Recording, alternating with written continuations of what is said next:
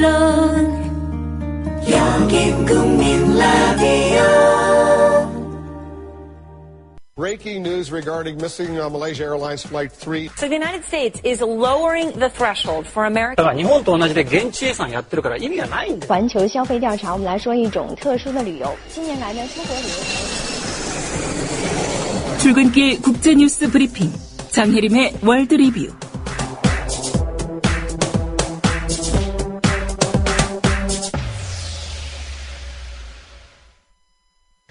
네, 한 가지 글로벌 이슈를 깊이 있게 분석해보는 금요일 월드 리뷰 시간입니다. 장혜림 캐스터입니다. 안녕하십니까? 안녕하세요. 네, 오늘은 국제사회가 바라보는 한국의 민낯, 이런 주제로 좀 얘기를 해보겠습니다. 때마침 좋은 나라 지수라는 게 발표가 됐군요. 그렇습니다.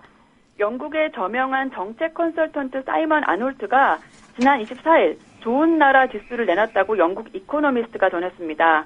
조사 결과에 따르면 한국은 세계에서 47번째 좋은 나라로 평가됐는데요. 예. 아이슬란드, 핀란드, 스위스가 각각 1, 2, 3위를 차지했고 미국은 21위였습니다. 아시아에서는 일본이 25위, 싱가포르이 27위였습니다. 예.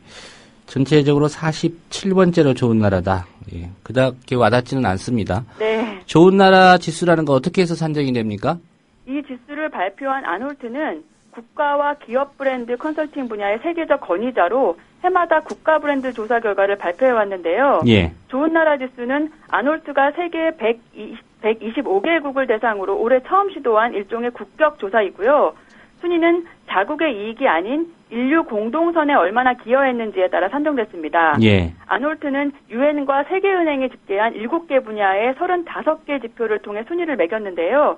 그 7개 분야는 과학기술, 문화, 국제평화안보, 세계질서, 지구환경, 번영평등, 그리고 보건복지 등입니다. 예.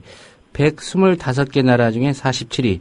이 47위라는 순위 어떻게 좀 분석을 해야 될까요? 전체 순위로 판단하기는 힘들고요. 예. 조사된 7개의 분야별 순위를 눈여겨볼 필요가 있을 것 같습니다. 한국은 과학기술 분야에서 30위, 문화 분야에서 34위로 비교적 높은 순위를 차지했는데요. 과학기술 분야에서는 국제특허와 해외 학술지 게재, 그리고 문화 분야에서는 영화와 드라마 해외 수출 등이 높게 평가받았습니다. 예. 여기서 표절 논문 빼면은 순위가 많이 좀 낮아질 것 같습니다. 네. 예. 과학기술과 문화 외 나머지 분야 순위는 어떻습니까?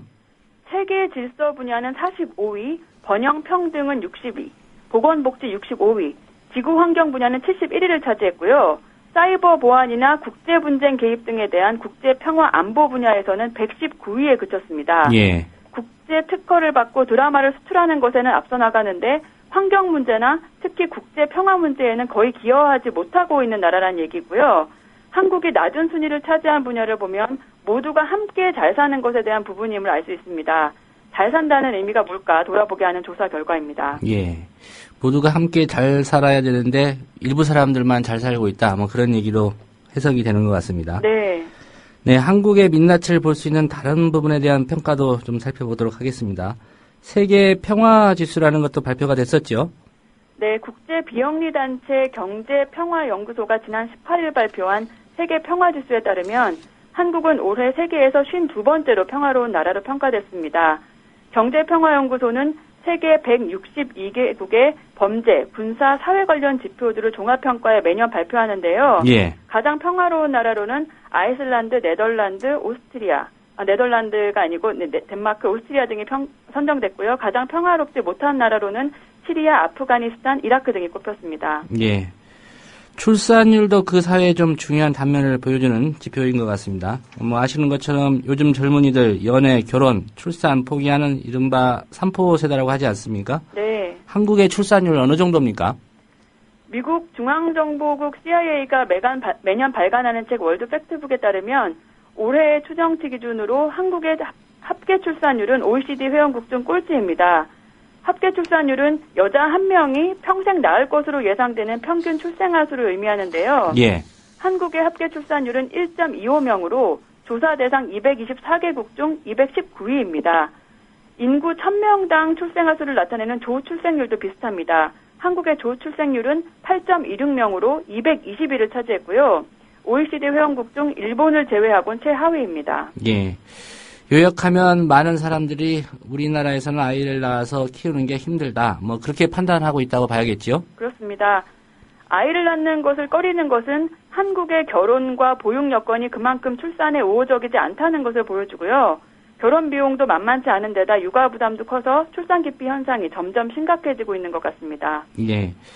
매번 이 발표에 좀 주목하고 있는데 이 자살률이 높은 것도 한번 살펴봐야 될 것 같습니다. 네, 한국은 OECD 국가 중 9년 연속 자살률 1위를 기록하고 있습니다. OECD에 따르면 2011년 기준 한국에서 인구 10만 명당 자살하는 사람은 28.4명으로 34개국 중 1위인데요. 전체 평균인 11.3명보다 2배가 훨씬 넘는 수준입니다. 예. 평균보다 2배가 넘는다고 하니까 아주 심각한 수준이군요. 네. 한국의 언론 자유 어떻게 평가되고 있습니까? 인권단체이자 국제언론감시단체 프리덤하우스는 지난달 언론자유 보고서를 발표하고 올해 한국의 언론자유 순위를 68위로 선정했습니다. 프리덤하우스는 언론자유지수에 따라 국가들을 자유국, 부분적 자유국, 그리고 부자유국으로 나누는데요. 예. 이 중 한국을 부분적 언론자유국으로 분류했습니다. 프리덤하우스는 최근 10년간 전 세계의 언론자유가 최악의 수준이 됐다고 분석했는데요. 권위주의 정부가 뉴스 등을 통제하기 때문이라고 설명했습니다. 예. 긍정 경험 지수라는 것도 조사가 돼서 그 결과가 나왔네요. 네. 지난 3일 미국 여론조사기관 갤럽이 지난 한 해 동안 사람들이 느낀 긍정적 감정을 지수로 환산한 그런 조사인데요. 예. 한국은 138개국 중 90위였습니다. 갤럽의 자료에 따르면 10위권 안의 국가들은 대부분 중남미 국가들이었고요. 선진국 중에서는 호주가 15위, 미국이 19위로 비교적 높은 순이었습니다.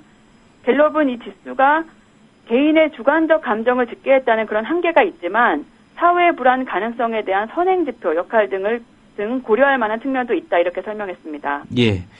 이 밖에 또 어떤 평가들이 있습니까? 세계 경제 포럼의 남녀 격차 지수를 보면 130개 나라 중 한국은 100위 안에도 못 들고요.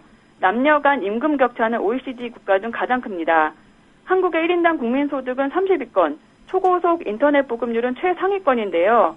앞에서 말씀드린 여러 조사 결과들은 한국의 실상이 어떤지 돌아보게 하고요. 예. 진정한 선진화가 경제 규모나 인터넷 보급률만으로 이룰 수 없다는 걸 보여주고 있습니다. 예. 잘 들었습니다. 감사합니다. 네, 장혜림 캐스터였습니다. 국민 라디오 지지하는 4가지 방법 아시나요? 다운로드하기, 별점 주기, 댓글 달기, 구독하기. 국민 라디오를 보다 많은 이들에게 전할 수 있는 가장 손쉬운 방법. 다운로드하기, 별점 주기, 댓글 달기, 구독하기. 잊지 마세요. 다운로드하기, 별점 주기, 댓글 달기, 구독하기.